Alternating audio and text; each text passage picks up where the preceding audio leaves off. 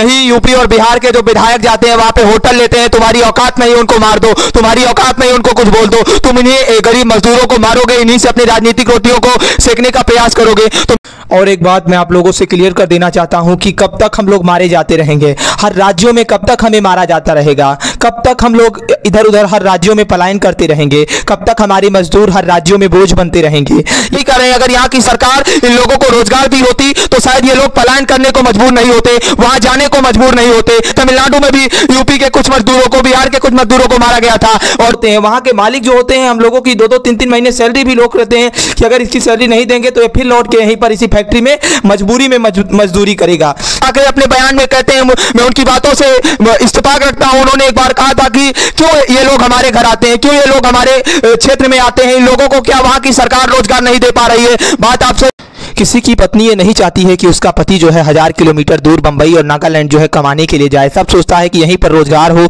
यहीं पर जो है हमारी सारी सुविधाएं हो, सारा व्यवस्था हो।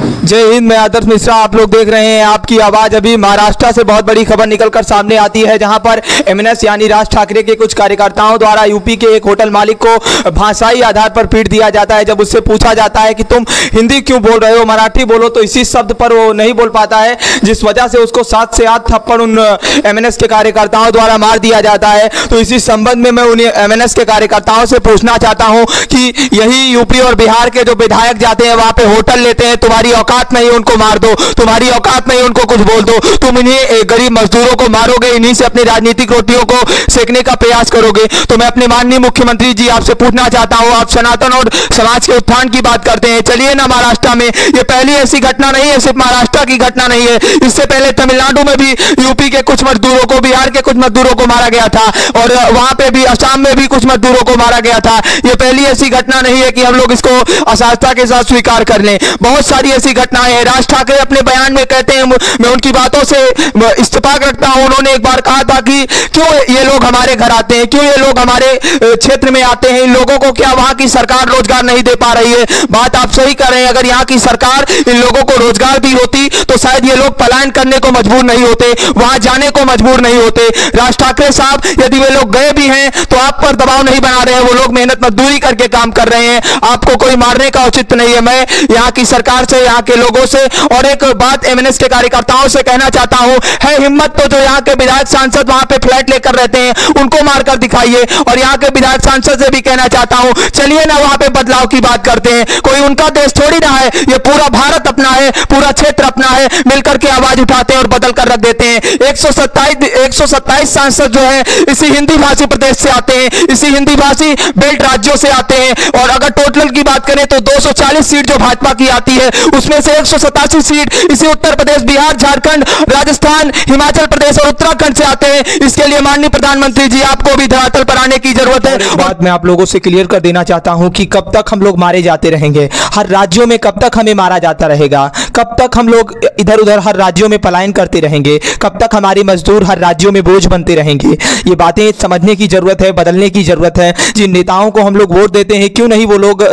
वहां पे जाके आवाज उठाते हैं। लगातार हमारे राज्य के लोग हर जगह मारे जाते हैं, हम इसलिए मारे जाते हैं, वहां के लोगों की भी मजबूरियां होती हैं, क्योंकि जिस फैक्ट्री में हम लोग चले जाते हैं वहां पे काम करने वाले जो एम्प्लॉय होते हैं, वहां के लोकल एम्प्लॉय, वो लोग 30,000 में अगर वही काम करते हैं तो वहां यदि यूपी और बिहार का लेबर पहुंच जाता है तो वही कमुआ वो 5 से 10,000 में कर देता है, उसकी इतनी मजबूरी होती है। तो जो वहां के मालिक होते हैं वो सोचते हैं क्यों नहीं यूपी और बिहार के लोगों को ही काम दिया जाए, क्योंकि वो 10,000 में कर दे रहे हैं और दूसरा 30,000 मांग रहा है। तो इसलिए हम लोग जो है मजबूर होते हैं, वहां के मालिक जो होते हैं हम लोगों की 2-2 3-3 महीने सैलरी भी लोग रहते हैं कि अगर इसकी सैलरी नहीं देंगे तो ये फिर लौट के यहीं पर इसी फैक्ट्री में मजबूरी में मजदूरी करेगा। तो इन सब हालात को बदलने की जरूरत है। मैं यहाँ के समस्त पलायन, जितने भी पलायन मंत्रालय जो भी बना है, जो भी यहाँ के मंत्री हैं, इस सब विभाग को देखने वाले एक आंकड़ा आप जारी कर दीजिए कि उत्तर प्रदेश और बिहार से कितने लोग जो है पलायन किए हुए हैं। जो भी IAS IPS बन जाता है, अगर आप उससे इंटरव्यू लेते हैं कि भैया आप किस राज्य से हैं, सर आप किस राज्य से हैं, तो वो बताता है कि मैं भले ही वहां पैदा हुआ लेकिन मेरी सारी शिक्षा दीक्षा सारी पढ़ाई दिल्ली और महाराष्ट्र से हुई है, तमिलनाडु से हुई, मतलब उसे शर्म आती है यूपी और बिहार का नाम लेने में। तो बाकी चीजें समझने की जरूरत है, अब ऐसे नेताओं को बदलने की जरूरत है। अब हमारे मजदूर जो है बोझ नहीं बनेंगे, पलायन की जरूरत नहीं है, बदलाव की जरूरत है। बाकी मेरा यहाँ से प्रयास कैसा लगा और जो मजदूर मारा गया है इसके समर्थन में आप लोग क्या कहना चाहते हैं, कमेंट सेक्शन खुला हुआ है। आप लोग ज्यादा से ज्यादा इस वीडियो को शेयर करिए ताकि ये बात कुछ दूर तक तो पहुंच जाए, ताकि ऐसी घटनाएं दोबारा ना हो। बाकी बहुत बहुत धन्यवाद।